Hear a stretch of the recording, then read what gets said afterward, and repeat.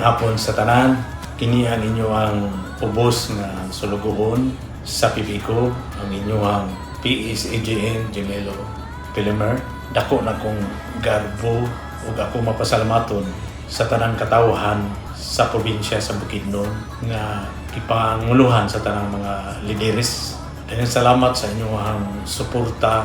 Kung ingon man, tuguti usab ako sa pagpasalamat sa tanang mga empleyado sa PBICO nga diin hugot kayo ang suporta sa atong pagpaningkamot para sa kalambuan sa PBICO.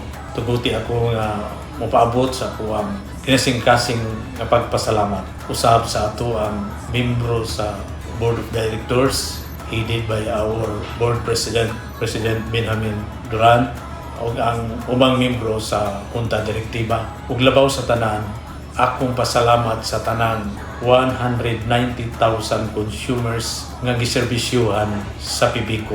Karong higayuna, akong ipaabot diha kaninyo ang usa ka malipayon, mabulokon nga umaabot nga Pasko 2025 ug ingon man sa bagong tuig.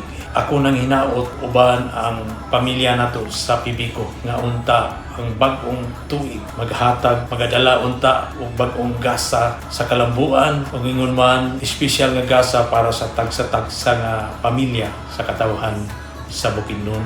Kinising-kasing nako ipaabot ya kaninyo ang pangaliya o panginaot nga unta matagamtaman nato ang tinuod nga kalipay o grasya gikan sa kitasan.